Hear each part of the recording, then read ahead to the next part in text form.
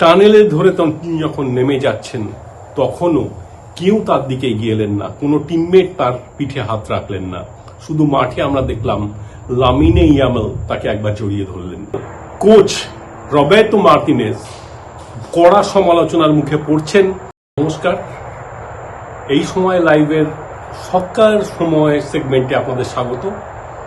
আমি দাঁড়িয়ে আছি, আমার পেছনেই দেখতে পাচ্ছেন, এটা হচ্ছে পাম বিচ কাউন্টি, মায়ামির। এই সেই পাম বিচ কাউন্টি যেখানে ক্রিস্টিয়ানো রোনাল্ডোরা তাদের বেস ক্যাম্প করেছিলেন। এখান থেকে মাত্র 1 কিলোমিটার দূরে। দেখতেই পাচ্ছেন কি সুন্দর পরিবেশ। এর একটু দূরেই 82 একর নিয়ে একটা জমিতে, একটা রিসর্টে রাদার তারা ছিলেন।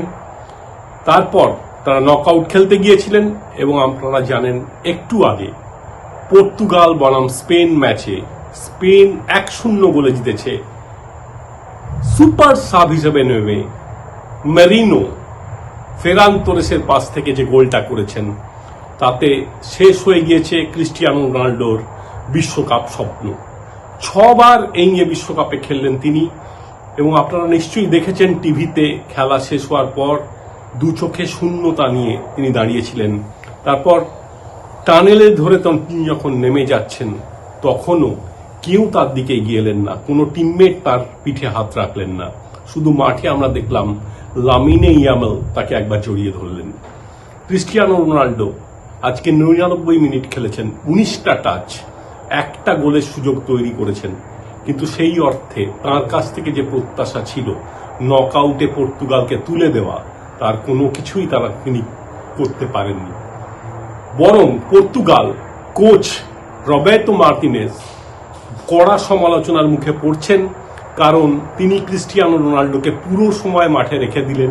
অথচ আগের দিন ক্রোয়েশিয়া ম্যাচে গঞ্জালো রামোসকে নামিয়ে তিনি কিন্তু একটা চমক দিয়েছিলেন এবং রামোস শেষ মুহূর্তে গোল করে ক্রোয়েশিয়া ম্যাচ জিতিয়েছিলেন।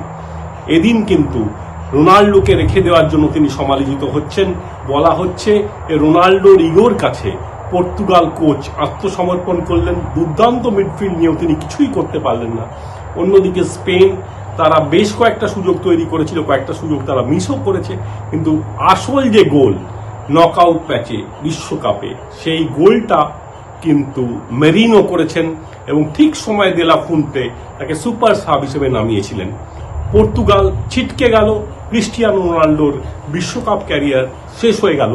তাহলেও তিনি সর্বকালের অন্যতম শ্রেষ্ঠ হিসেবে থাকবেন, কিন্তু অনেকেই মনে করছেন যে শেষ বিশ্বকাপে যেটুকু প্রত্যাশা ছিল তা রোনাল্ডো পূরণ করতে পারেননি।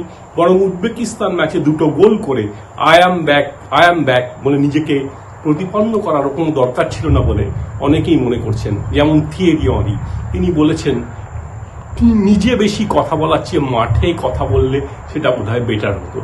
যাই হোক, রোনাল্ডো বিশ্বকাপে আর নেই, স্পেন চলে গেল কোয়ার্টার ফাইনালে। আপনারা ফলো করুন এই সময় লাইভ।